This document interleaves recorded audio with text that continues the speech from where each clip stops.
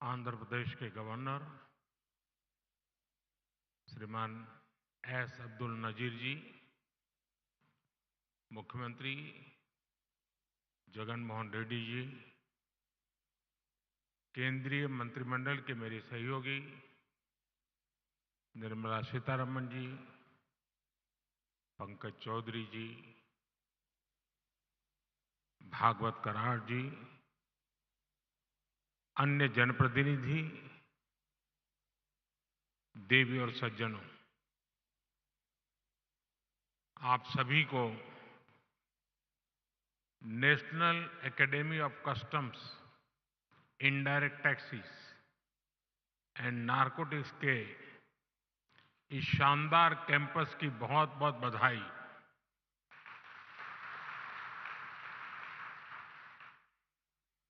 जिस श्री सत्य साई जिले में जिस क्षेत्र में एक कैंपस बना है वो अपने आप में विशेष है। ये क्षेत्र अध्यात्म, राष्ट्र निर्माण और सुशासन से जुड़ी हमारी विरासत का प्रतिनिधित्व करता है। आप सब जानते हैं कि पुट्टपर्ती में श्री सत्य साईं बाबा की जन्मस्थली है। ये महान स्वतंत्रता सेनानी पद्मश्री श्री कल्लुल सुब्बाराव की भूमि है। प्रसिद्ध पपेट्री आर्टिस्ट दलाभाई चलापति राव को इस क्षेत्र में ने नई पहचान दी है। इस धरती से विजयनगर के गौरवशाली राजवंश के सुशासन की प्रेरणा मिलती है। ऐसी प्रेरणादायी जगह पर नैसीन का यह नया कैंपस बना है। मुझे विश्वास है ये कैंपस गुड गवर्नेंस के नए आयाम गढ़ेगा, देश में ट्रेड और इंडस्ट्री को नई गति देगा। साथियों, आज तिरुवल्लुवर दिवस भी है। संत तिरुवल्लुवर ने कहा था, उरु पोरुलम उल्गु पोरुलम तन तिरुपोलम वेंदन पोड़ू, यानी राजस्व के रूप में प्राप्त राजकीय कर और शत्रु से जीते हुए धन पर राजा का ही अधिकार होता है।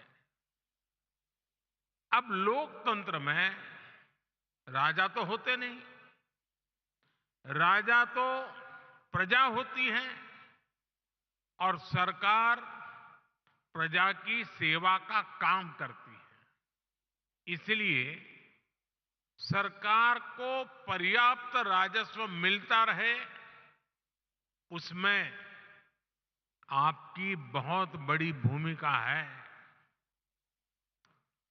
साथियों, यहां आने से पहले मुझे पवित्र लेपाक्षी में वीरभद्र मंदिर जाने का सौभाग्य मिला है। मंदिर में मुझे रंगनाथा रामायण सुनने का अवसर मिला। मैंने वहां भक्तों के साथ भजन कीर्तन में भी हिस्सा लिया। मान्यता का है कि यहीं पास में भगवान श्री राम का जटायु से संवाद हुआ था। आप जानते हैं कि अयोध्या में श्री राम के भव्य मंदिर में प्राण प्रतिष्ठा से पूर्व मेरा 11 दिन का व्रत अनुष्ठान चल रहा है। ऐसी पुण्य अवधि में यहां ईश्वर से साक्षात आशीर्वाद पाकर मैं धन्य हो गया। आजकल तो पूरा देश राममय है, राम जी की भक्ति में सराबोर है। लेकिन साथियों, प्रभु श्री राम का जीवन विस्तार, उनकी प्रेरणा, आस्था भक्ति के दायरे से कहीं ज्यादा है। प्रभु राम गवर्नेंस के, समाज जीवन में सुशासन के ऐसे प्रतीक हैं जो आपके संस्थान के लिए भी बहुत बड़ी प्रेरणा बन सकते हैं। साथियों, महात्मा गांधी कहते थे कि राम राज्य का विचार ही सच्चे लोकतंत्र का विचार है। गांधी जी ने ऐसा कहने के पीछे वर्षों का उनका अध्ययन था, उनका दर्शन था। राम राज्य यानी एक ऐसा लोकतंत्र जहां हर नागरिक की आवाज सुनी जाती थी और उसे उचित सम्मान मिलता था। राम राज्य वासियों से कहा गया है, जो राम राज्य के निवासी थे, वहां के नागरिक थे, उनके लिए कहा गया है, राम राज्य वासित्वम प्रोच्छस्वते शिरम न्यायार्थम युद्धस्व सर्वेषु समम चर परिपालय दुर्बलम विद्धि धर्मवरम प्रोच्चयस्वते शिरम राम राज्यवासित्वम। अर्थात राम राज्यवासियों, अपना मस्तक ऊंचा रखो, न्याय के लिए लड़ो, सबको समान मानो, कमजोर की रक्षा करो, धर्म को सबसे ऊंचा जानो, अपना मस्तक ऊंचा रखो, तुम राम राज्य के वासी हो। राम राज्य सुशासन के इन्हीं 4 स्तंभों पर खड़ा था, जहां सम्मान से, बिना भय के हर कोई सिर ऊंचा करके चल सके, जहां हर नागरिक के साथ समान व्यवहार हो, जहां कमजोर की सुरक्षा हो और जहां धर्म यानी कर्तव्य सर्वोपरि हो। आज 21वीं सदी के आपके आधुनिक संस्थान के 4 सबसे बड़े ध्येय यही तो है। एक, एडमिनिस्ट्रेटर के रूप में रूल्स और रेगुलेशंस को लागू करने वाली इकाई के रूप में आपको इस बात को हमेशा याद रखना है। साथियों, नैसिन का रोल देश को एक आधुनिक इकोसिस्टम देने का है।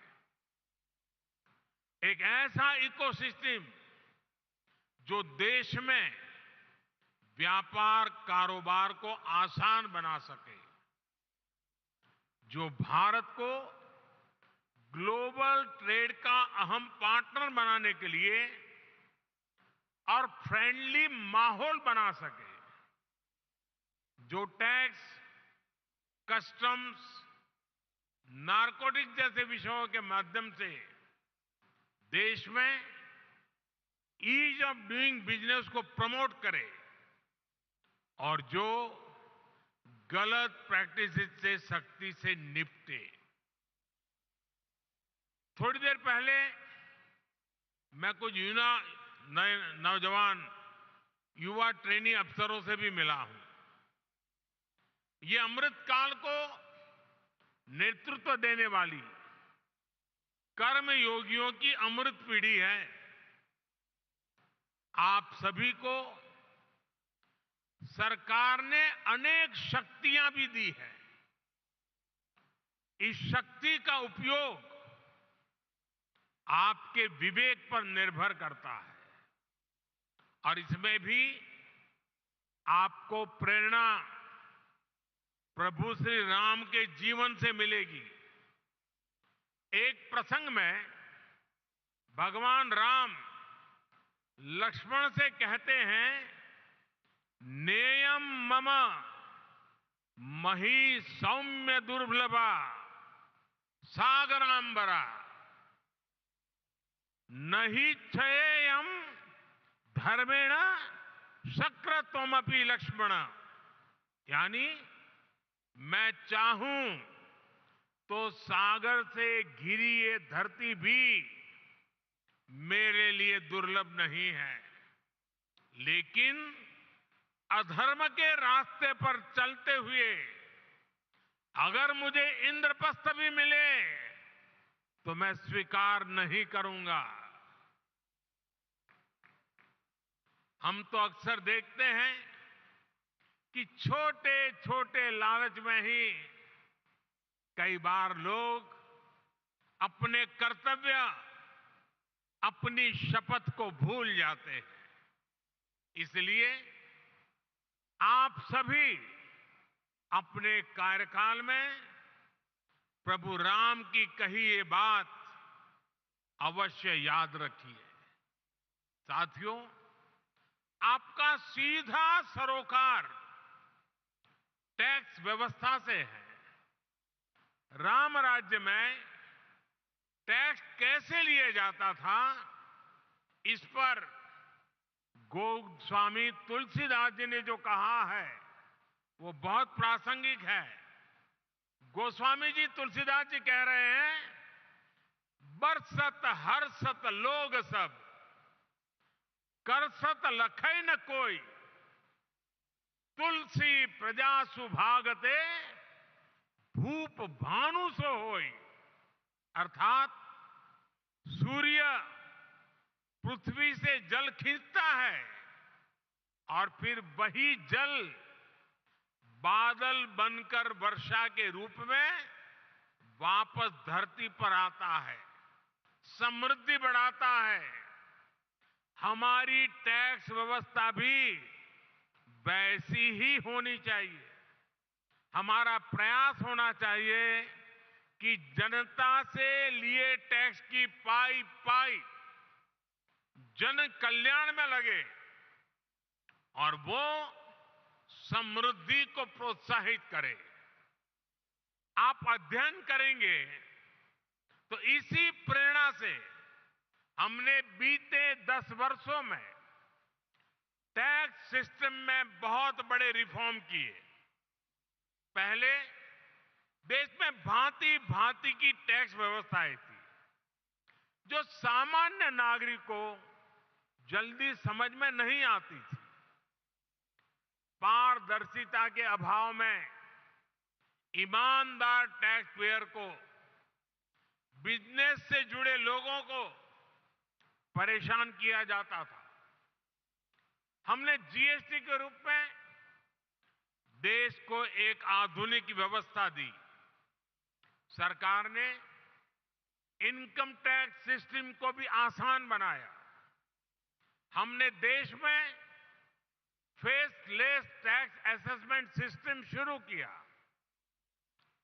इन सारे रिफॉर्म्स के कारण आज देश में रिकॉर्ड टैक्स कलेक्शन हो रहा है और जब सरकार का टैक्स कलेक्शन बढ़ा है तो सरकार जनता का पैसा विभिन्न योजनाओं के जरिए जनता को लौटा भी रहा है। 2014 में सिर्फ 2 लाख रुपए तक ही 2 लाख तक की इनकम पर ही टैक्स छूट थी। हमने 2 लाख से बढ़कर के सीमा 7 लाख रुपए तक पहुंचा दी। 2014 के बाद से हमारी सरकार ने टैक्स में जो छूट दी है, जो रिफॉर्म किए हैं, उससे देशवासियों को करीब करीब 2.5 लाख करोड़ रुपए टैक्स की बचत हुई है। सरकार ने नागरिक कल्याण की बड़ी योजनाएं बनाई हैं, आधुनिक इंफ्रास्ट्रक्चर पर रिकॉर्ड निवेश कर रही है। और आप देखिए, आज जब देश का टैक्स पेयर ये देख रहा है कि उसके पैसे का सही इस्तेमाल हो रहा है, वो भी आगे बढ़कर टैक्स देने को तैयार हुआ है। इसलिए बीते वर्षों में टैक्स देने वालों की संख्या लगातार बढ़ रही है। यानी हमने जो कुछ जनता से लिया, वो जनता के चरणों में ही समर्पित कर दिया। यही तो सुशासन है, यही तो राम राज्य का संदेश है। साथियों, कि संसाधनों का ऑप्टिमम यूटिलाइजेशन कैसे हो। अतीत में हमारे यहां प्रोजेक्ट्स को अटकाने, लटकाने और भटकाने की एक प्रवृत्ति रही है। इसके कारण देश का बहुत बड़ा नुकसान होता है। ऐसी प्रवृत्ति के प्रति सावधान करते हुए भगवान राम भरत से कहते हैं, और वो बड़ा इंटरेस्टिंग बातचीत है भरत और राम के बीच की। राम भरत से कहते हैं, कच्चिदर्थम विनिश्चित्य लघु मूलम महोदयम क्षिप्र भार भसे कर तुम न दीर्घयसी राघव। अर्थात मुझे विश्वास है कि तुम ऐसे कामों को बिना समय गंवाए पूरे करते हो जिनमें लागत कम और उसके लाभ अधिक है। बीते 10 वर्षों में हमारी सरकार ने भी लागत का ध्यान रखा है और योजनाओं को समय पर पूरा करने पर जोर दिया है। साथियों, गोस्वामी तुलसीदास जी कहते हैं, माली भानु किसान सम, माली भानु किसान सम नीति निपुण नरपाल, प्रजा भागवत होहिंगे कबहू कलिकाल। यानी सरकार में माली, सूर्य और किसान जैसे गुण होने चाहिए। माली कमजोर पौधों को सहारा देता है, उसका पोषण करता है, उसके हक के पोषण को लूटने वाले को हटाता है। वैसे ही सरकार को, सिस्टम को गरीब से गरीब का संबल बनना चाहिए, उन्हें सशक्त करना चाहिए। सूर्य भी अंधेरे का नाश करता है, वातावरण की शुद्धि करता है और बारिश में मदद करता है। बीते 10 वर्षों में गरीब, किसान, महिला और युवा, इन सबको हमने ज्यादा से ज्यादा सशक्त किया है। हमारी योजनाओं के केंद्र में वही लोग सर्वोपरि रहे हैं जो वंचित थे, शोषित थे, समाज के अंतिम पायदान पर खड़े थे।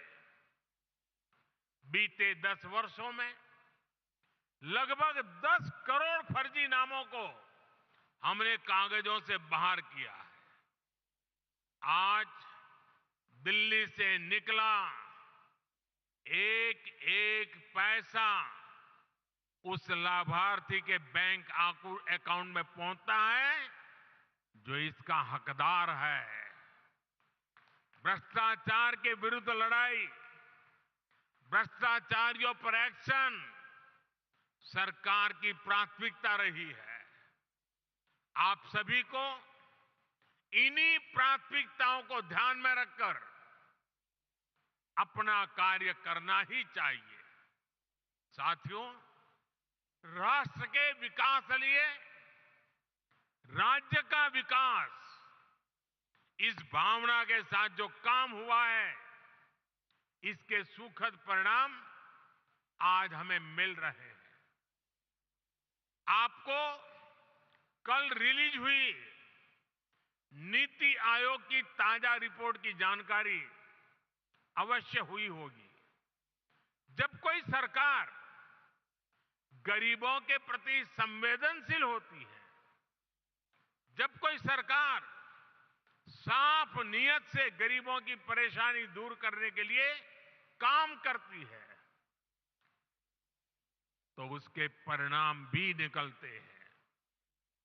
नीति आयोग ने कहा है कि हमारी सरकार के 9 साल में देश में करीब करीब 25 करोड़ लोग गरीबी से बाहर निकले हैं। जिस देश में दशकों तक गरीबी हटाओ के नारे दिए जाते रहे, उस देश में सिर्फ 9 साल में करीब 25 करोड़ लोगों का गरीबी से बाहर निकलना ऐतिहासिक है, अभूतपूर्व है। 2014 में सरकार में आने के बाद से हमारी सरकार ने जिस तरह गरीब कल्याण को प्राथमिकता दी, ये उसका नतीजा है। मेरा हमेशा से ये मानना है कि देश के गरीब में वो सामर्थ्य है कि अगर उसे साधन दिए जाएं, संसाधन दिए जाएं, तो वो गरीबी को खुद परास्त कर देगा। आज हम यही होता हुआ देख रहे हैं। हमारी सरकार ने गरीबों की सेहत पर खर्च किया, शिक्षा पर खर्च किया, रोजगार स्वरोजगार पर खर्च किया, उनकी सुविधाएं बढ़ाई, और जब गरीब का सामर्थ्य बढ़ा, उसे सुविधा मिली, तो वो गरीबी को परास्त करके सीना तानकर गरीबी से बाहर निकलने लगा। 22 जनवरी को अयोध्या में राम मंदिर में प्राण प्रतिष्ठा से पहले एक और शुभ समाचार देश को मिला है। भारत में गरीबी कम हो सकती है, ये बात हर किसी को एक नए विश्वास से भरने वाली है, देश का आत्मविश्वास बढ़ाने वाली है। भारत में कम होती है गरीबी, देश में नियो मिडिल क्लास का दायरा भी लगातार बढ़ा रही है। आप इकोनॉमी की दुनिया के लोग जानते हैं कि नियो मिडिल क्लास का बढ़ता हुआ ये दायरा इकोनॉमिक एक्टिविटीज को कितना ज्यादा बढ़ाने जा रहा है। निश्चित तौर पर ऐसे में आपको नैसीन को और ज्यादा गंभीरता के साथ अपना दायित्व निभाना है। साथियों, आपको याद होगा, लाल किले से मैंने सबका प्रयास की बात कही थी। सबका प्रयास का महत्व क्या होता है, इसका उत्तर भी हमें प्रभु श्री राम के जीवन से ही मिलता है। श्री राम के सामने विद्वान, बलशाली और संपन्न लंकाधिपति रावण की विराट चुनौती थी। इसके लिए उन्होंने छोटे छोटे संसाधनों, हर प्रकार के जीवों को इकट्ठा किया, उनके साझे प्रयासों को एक विराट शक्ति में बदला और अंत में सफलता राम जी को ही मिली। ऐसे ही विकसित भारत के निर्माण में भी हर अधिकारी, हर कर्मचारी, हर नागरिक की अहम भूमिका है। देश में आय के साधन बढ़े, देश में निवेश बढ़े, देश में व्यापार कारोबार करना आसान हो, इसके लिए हम सभी को मिलकर काम करना है। सबका प्रयास, इस मंत्र को लेकर के चलना है। नैसीन का यह नया कैंपस अमृत काल में सुशासन की प्रेरणा स्थली बने, इसी कामना के साथ आप सभी को फिर से बहुत बहुत बधाई, धन्यवाद।